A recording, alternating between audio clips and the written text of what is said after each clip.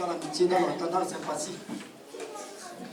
L'harmonie est un rapport heureux entre deux ou plusieurs personnes qui résulte de l'accord et ici en résulte de l'accord de pensée, l'accord de sentiment, l'accord de volonté qui se traduit par le bonheur et la joie d'être ensemble.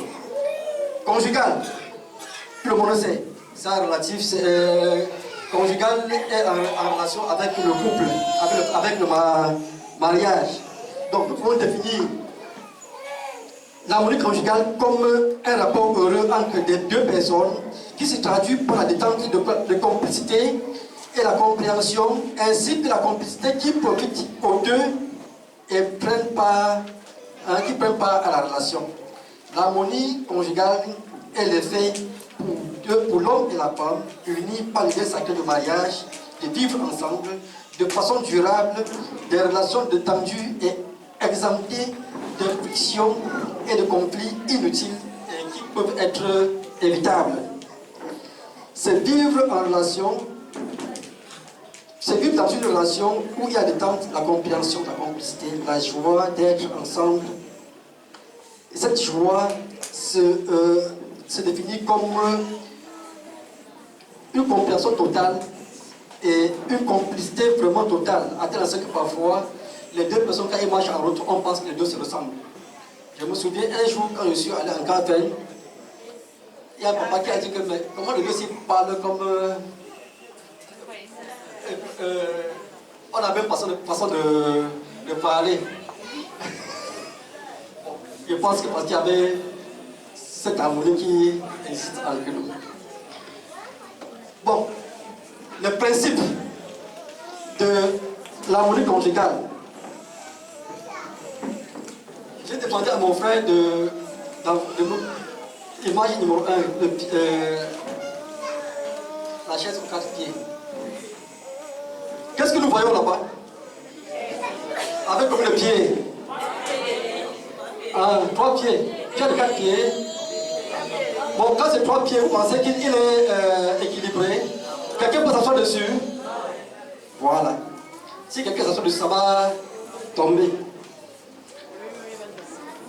S'il y avait les 4 pieds, le premier pied, je vais le nommer confiance. Deuxième pied, je le nommerai admiration. Troisième, respect des règles. Et quatrième, érotisme. Ici, il manque un seul pied, il manque un pied. Donc ça veut dire que dans ce couple, il n'y a pas d'harmonie. Confiance. Faire confiance, c'est vivre avec certitude que ton partenaire vous aime, que ton partenaire t'aime.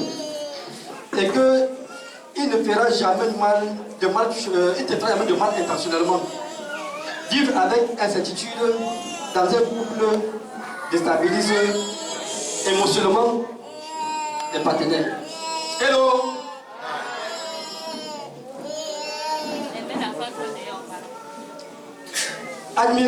Admirer son partenaire, c'est l'accepter tel qu'il est. Respecter les règles, c'est respecter l'espace de l'autre. J'ai l'habitude de dire à maman Goula que ça c'est ton couloir. Et quand il n'y a pas de business, elle va entrer dans dire que maman, ça c'est mon couloir. Même si tu entres, tu ne comprendras rien. Érotisme, il faut se réinventer tous les jours. Apporter des nouveautés à la maison tous les jours. C'est-à-dire que qui ne change pas et que chaque temps vous redécouvrez comme si c'était le premier jour que vous êtes vu. Donc, il y a un célèbre écrivain qui a dit: n'ayez pas peur de ce qui vous empêchera d'être heureux. Je veux que vous vous aimez parfaitement, comme si la lune était toujours à l'horizon.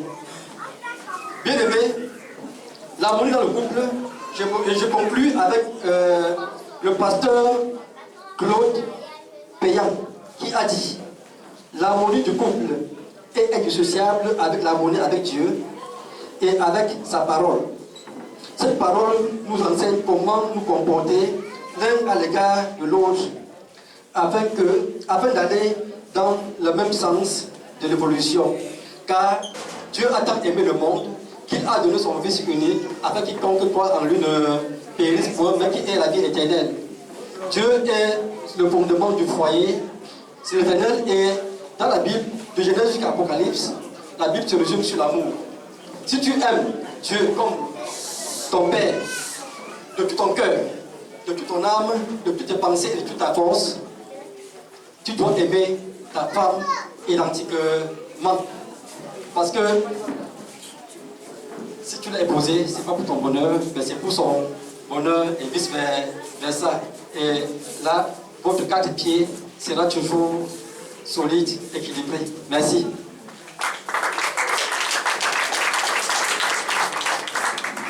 Ok, pour ajouter quelque chose, je nommerais aussi, si je dessinais, je parle plutôt des foyers de la cuisine. Encore plus pour illustrer les 3 foyers que l'on met pour mettre Marguerite, qui représentent 1, Dieu, 2, le Père et la mère. Ça veut dire que si le Père décale, il reste comme le foyer. Ça veut dire que ça repose sur Dieu, sur la mère et Dieu, si la mère prie. Et si la mère ne prie pas, ça repose sur Dieu. Qui a vécu la gâterie là? Où il est le Père et la mère en même temps? Ah, d'accord, ça veut dire qu'on est ensemble. Donc maintenant, quand on dit papa, le papa c'est le chef. Donc il peut facilement imposer, non? Comme il est le pilier chef, on dit que le père c'est le chef. Il dit que je suis le chef, je fais ce que je veux, je sors quand je veux, je rentre comme je veux, je parle à qui je veux, je marche avec qui je veux, puisque je suis le chef. C'est ça le chef, non? Est-ce que tu es le chef? Le chef sort quand il veut, il rentre quand il veut. C'est ça le pilier chef. Donc on peut décider d'être chef. Comment on peut décider d'être papa? C'est père qui veut dire père, qui veut dire prendre soin, qui veut dire pasteur, qui veut dire protecteur. On peut décider d'être ce pilier-là. On peut décider d'être A, qui veut dire amour, assumer, assurer, activer sa maison. Comme tu dis, chaque jour apporter du nouveau dans sa maison. On peut être P, qui veut aussi dire pardon, qui veut dire patience, qui veut dire être prêt à tout donner pour que les autres soient heureux. Amour, aimer, affectionner, attentionner. Parce qu'il y a beaucoup de gens, maman n'est pas attentionné, il ne connaît même pas faire les cadeaux, il ne connaît pas apprécier. On peut le devenir et en ce soir, il faut qu'on va le redevenir. Amen. On peut rester mère, c'est-à-dire malade, celle qui donne le commandement, bien qui se soumet, bien qui est vulnérable. On peut dire femme, la femme, on dit que c'est ça faible, non. Mais la femme, c'est celle qui supporte tout, qui subit tout, qui doit se coucher en marche sur elle parce qu'elle est femme. Et beaucoup sont parfois des filles dans les maisons et non des femmes. D'autres sont des femmes et non des mères ou des mamans. Je préfère que nous soyons encore des mamans. Un mec qui veut encore dire mère, qui veut dire maîtrise, qui veut dire encore cette maternelle. Donc le mot M a beaucoup de choses qu'on peut mettre là-dessus. On peut être aussi A, qui veut dire amour, qui veut dire encore assumer, qui veut dire assurer, qui veut dire activer sa maison, qui veut dire mettre de l'ordre dans sa maison avec le prochain M. Parce que M veut encore dire maison, M veut dire encore, comment je veux dire ça, maîtrise. Si je suis une maman qui parle seulement la langue de Jésus, il parle pas seulement, c'est que ma voix qu'on entend. Tout le monde me connaît déjà, non? Je vais encore prouver quoi qui. Mon mari me connaît, les enfants me connaissent, tout le monde sait que c'est un cas. Tu arrêtes des bêtises là, on sait que c'est ça que tu parles tous les jours. Donc il n'y a pas de secret avec toi, parce qu'on sait que dès qu'on a pris le boulon A, on sait qu'on va de A à Z. Ça c'est quelque chose qui brise l'harmonie. On peut être aussi amour. Amour qui veut dire, le prochain A qui veut dire aimer, assurer, mais surtout haine. Haine veut dire neutre.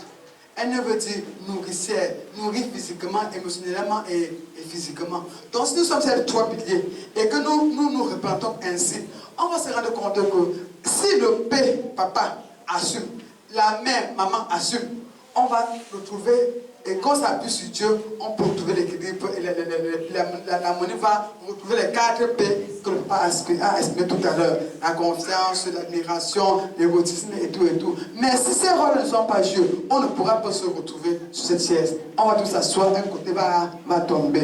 Donc ce que je voulais apporter pour dire véritablement, nous allons continuer avec vos questions et merci.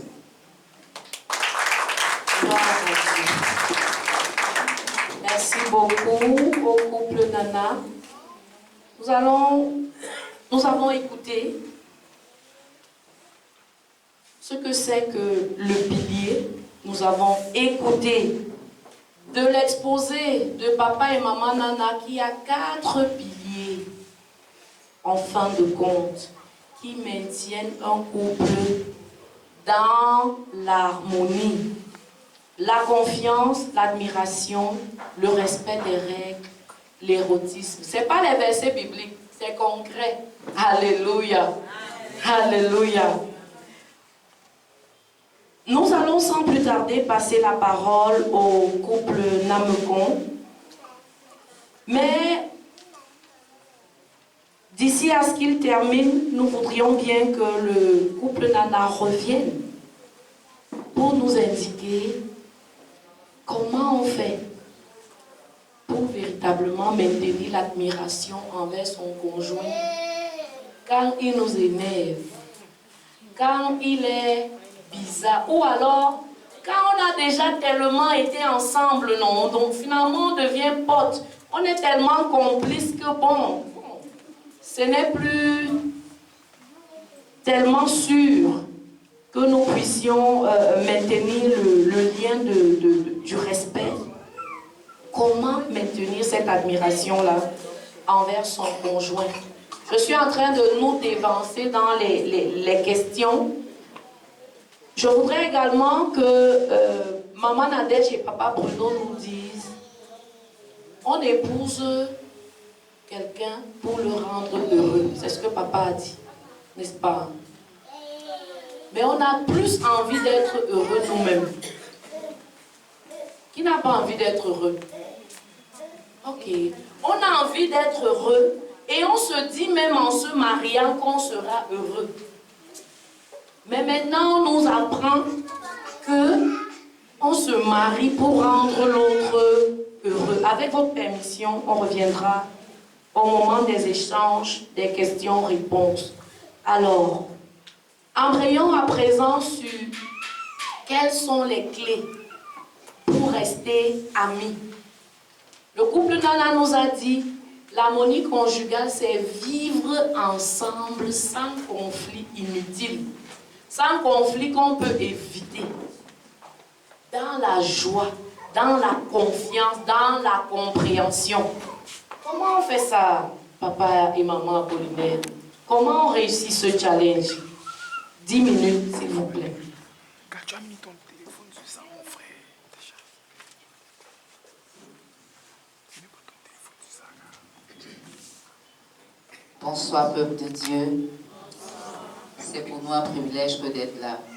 Nous bénissons le Seigneur parce que c'est ensemble que nous allons construire des couples harmonieux. Parce que je suis sûre que le Seigneur a déversé à chacun de nous